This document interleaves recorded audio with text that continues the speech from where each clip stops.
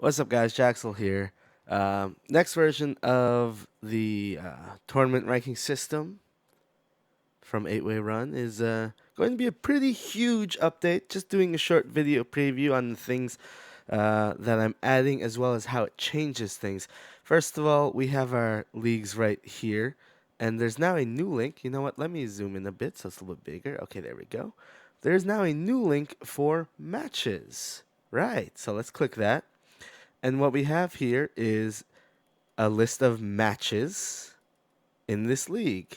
Now these matches are imported through Challenge. Um, I'm not gonna make an importer for TO Pro because nobody uses TO Pro anymore.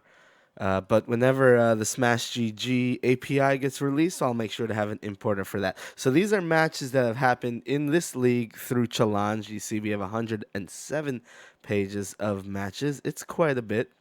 If we go to one of the brackets, in addition to the players, there's a tab, and then you can switch over to see the matches and the results.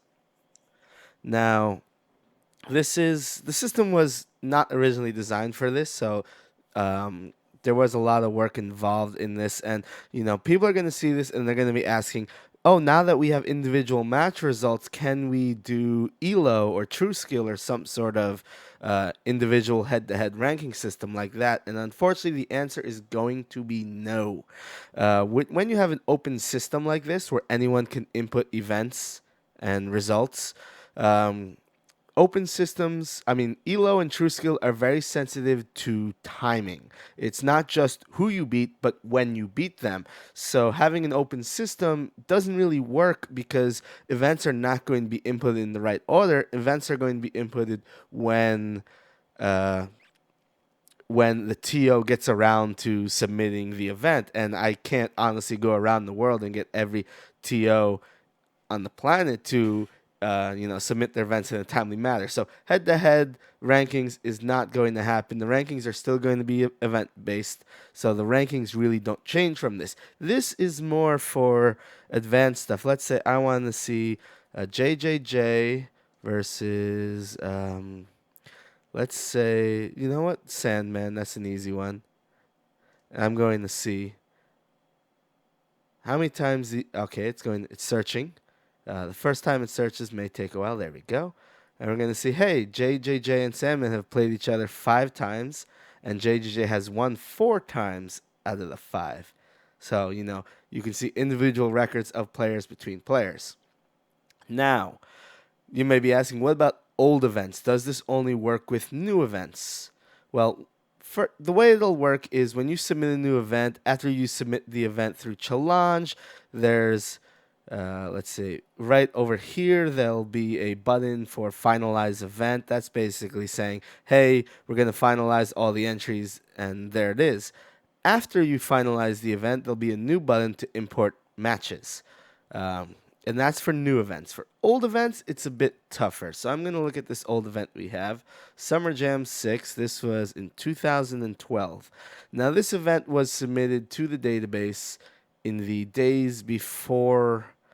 I didn't submit this event. Malice did, but I just changed myself as the owner. So, okay. So Malice submitted this event in the days before the Challenge API allowed you to submit events for other people. It was originally the person who created the bracket was the only one who could submit it. So basically, he manually typed in every single player and submitted this event one by one.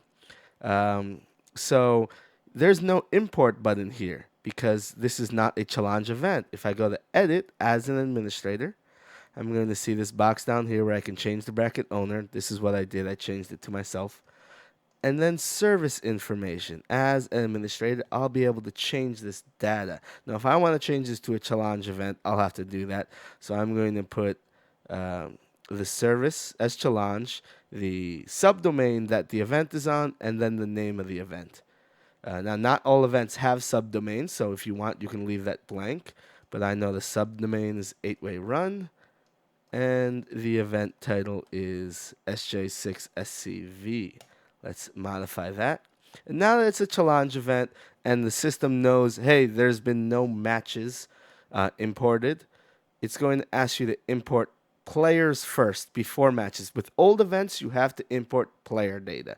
Newer events, you don't need to do that because that'll be included on the import.